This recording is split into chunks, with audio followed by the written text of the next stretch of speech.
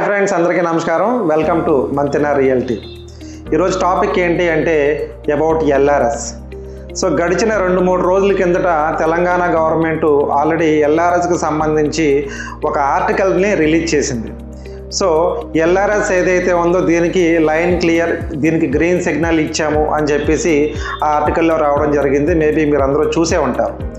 ఈ ఎల్ఆర్ఎస్కి సంబంధించి actually 2020లోనే KCR government టైంలోనే దగ్గర 25,67,000 అప్లికేషన్స్ తీసుకోవడం జరిగింది. ఆ టైంలో కూడా ఇలాగే న్యూస్ రావడం, ప్రతి ఒక్కరూ కూడా దీనికి అప్లై చేసుకోవడం, ప్రతి ఒక్కరూ ఒక అప్లికేషన్కి 1000 రూపీస్ కట్టి అప్లై చేసుకోవడం జరిగింది ఆ టైంలో. సో దాని తర్వాత దాన్ని అలా పొడిగిస్తూ దాన్ని మధ్యలోనే ఆపివేయడం జరిగింది. ఆఫ్టర్ 4 ఇయర్స్ తర్వాత మళ్ళీ అగైన్ కాంగ్రెస్ గవర్నమెంట్ టైంలో ఇప్పుడు మళ్ళీ దీనికి గ్రీన్ సిగ్నల్ ఇవ్వడం, దీనికి లైన్ క్లియర్ చేయడం అన్న వార్త గత 2-3 రోజుల కిందటి నుంచి మనం చూస్తూ ఉన్నాం. అసలు ఎల్ఆర్ఎస్ అంటే ఏంటి, ఎల్ఆర్ఎస్ అసలు ఎవరు అప్లై చేయాలి ఒకసారి మనం చూసుకున్నట్లయితే, ఎల్ఆర్ఎస్ అంటే land regularisation scheme. Actually GHMC పరిధిలో కానీ, హెచ్ఎండిఏ పరిధిలో కానీ, లేదు అంటే హెచ్ఎండిఏ పరిధిలో సిటీకి అవుట్స్కట్స్లో ఎవరైతే పంచాయతీ లేఅవుట్స్లో ప్లాట్స్ కొన్నారో వాళ్ళందరూ కూడా ఈ ఎల్ఆర్ఎస్ స్కీమ్ ఏదైతే ఉందో అప్లై చేయడానికి అర్హులు. ఎవరైతే అనాథరైజ్డ్ లేఅవుట్స్లో ప్లాట్స్ కొన్నారో, పంచాయతీ లేఅవుట్లో ఇన్వెస్ట్ చేస్తున్నారో, అలాగే ఒక లేఅవుట్లో 10% ప్లాట్స్ సేల్ అయిపోయి రిమైనింగ్ 90% ప్లాట్స్ అవైలబిలిటీ ఉన్న పంచాయతీ లేఅవుట్లు ఏదైతే ఉన్నాయో వాటికి ఎల్ఆర్ఎస్ అప్లై చేసుకోవడానికి ఈ గవర్నమెంట్ ఒక అవకాశం కల్పించింది. మార్చి 31వ తారీఖు లోపు ఈ ఎల్ఆర్ఎస్కి సంబంధించి టోటల్ పేమెంట్ ఎవరైతే పేమెంట్ చేసుకుంటున్నారో వాళ్ళకి డిప్యూటీ సీఎం మన బట్టి విక్రమార్క గారు, అలాగే మంత్రులైన పొంగులేటి శ్రీనివాసరెడ్డి గారు, అలాగే శ్రీధర్ బాబు గారు కూడాను 25% డిస్కౌంట్ ఇస్తున్నట్లు కూడా అనౌన్స్మెంట్ చేయడం జరిగింది.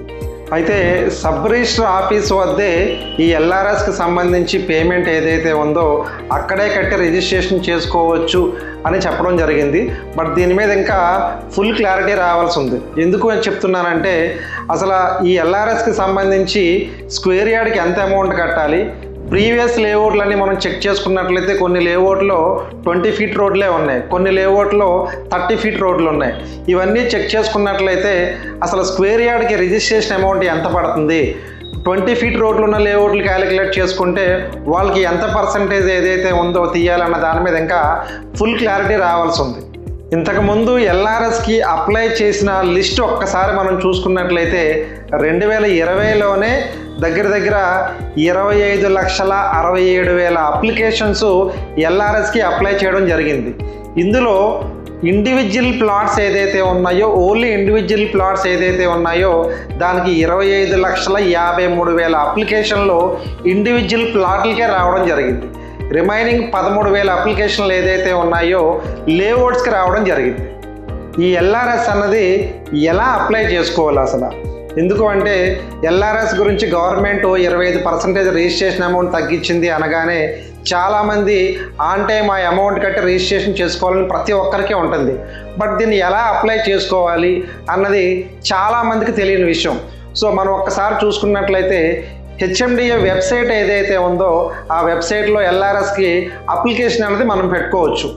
మనం ఏ మొబైల్ నెంబర్ అయితే ఇచ్చున్నామో దానికి సంబంధించి ఒక మెసేజ్ రావడం జరుగుతూ ఉంది. సో ఆ మెసేజ్ని బేస్ చేసుకొని ఫర్దర్ స్టెప్స్ ఏదైతే ఉన్నాయో ఫాలో అయితే సరిపోతుంది. కానీ కొంతమందికి ఈ షార్ట్ ఫాల్స్ రావడం కూడా జరుగుతూ ఉంది. మరి వాళ్ళు ఏం చేయాలి అంటే, మీరుండే ఏరియాలో పంచాయతీ ఆఫీస్ కానీ, మున్సిపల్ ఆఫీస్ కానీ, మీ ప్రాపర్టీ యొక్క ల్యాండ్ డాక్యుమెంట్స్ కానీ, ఈసీ కానీ, సో మీ ప్రాపర్టీకి సంబంధించి ఎనీ డాక్యుమెంట్స్ ఏదైతే ఉన్నాయో అక్కడికి తీసుకెళ్ళి మీ డాక్యుమెంట్స్ చూపించినట్లయితే కనుక ఈ సమస్యకు ఒక పరిష్కారం దొరుకుతుంది. అలాగే మీ ప్రాపర్టీ ఏదైతే ఉందో ఏ జోన్లో ఉంది, ఇది ఏమైనా ఎఫ్టీఎల్ జోన్లో ఉందా, లేదా రెసిడెన్షియల్ జోన్లో ఉందా, లేదా బఫర్ జోన్లో ఉందా, మీ యొక్క డాక్యుమెంట్స్ ఏదైతే ఉన్నాయో అవి పూర్తిగా చెక్ చేసి మీ ప్రాపర్టీ ఏ జోన్లో ఉంది అన్నది చాలా క్లియర్ కట్ ఇన్ఫర్మేషన్ ఇవ్వడం జరుగుతూ ఉంది.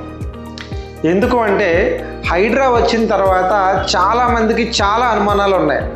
ఇలా చెక్ చేసుకోవడం వల్ల మీ ప్రాపర్టీ ఏదైతే ఉందో ఏ జోన్లో ఉందో చాలా క్లియర్ కట్ ఇన్ఫర్మేషన్ రావడం జరుగుతూ ఉంది. ఫైనల్గా ఈ ఎల్ఆర్ఎస్కి సంబంధించి తెలంగాణ గవర్నమెంట్ గ్రీన్ సిగ్నల్ ఇవ్వడం నిజంగా అది గుడ్ న్యూస్ అనే చెప్పాలి. కాకపోతే ఈ ఎల్ఆర్ఎస్ ఏదైతే ఉందో ఒక 200 స్క్వేర్ యార్డ్స్కి ఎల్ఆర్ఎస్కి సంబంధించి ఎంత రిజిస్ట్రేషన్ అమౌంట్ అవుతుంది, అలాగే ఈ పేమెంటు సబ్ రిజిస్టర్ ఆఫీస్లోనే కట్టి ఎల్ఆర్ఎస్కి మీరు క్లియర్ చేసుకోవచ్చు అని చెప్పడం జరిగింది. దీని మీద ఇంకొంచెం క్లారిటీ ఇచ్చి ఉండాల్సింది. చూశారు కదా ఫ్రెండ్స్, ఈ ఎల్ఆర్ఎస్కి సంబంధించి మీకు ఏ డౌట్స్ ఉన్నా కానీ, అలాగే హైదరాబాద్లో మీరు ఎక్కడైనా ఒక ప్రాపర్టీ కొనుక్కుందాము అనుకుంటే దానికి సంబంధించి ఏ డౌట్స్ ఉన్నా కానీ ఈ స్క్రీన్ మీద కనిపిస్తున్న నెంబర్కి మీరు ఎప్పుడైనా కాల్ చేయొచ్చు. మేము మా టీము ఎప్పుడు కూడా మీకు అందుబాటులో ఉంటాం.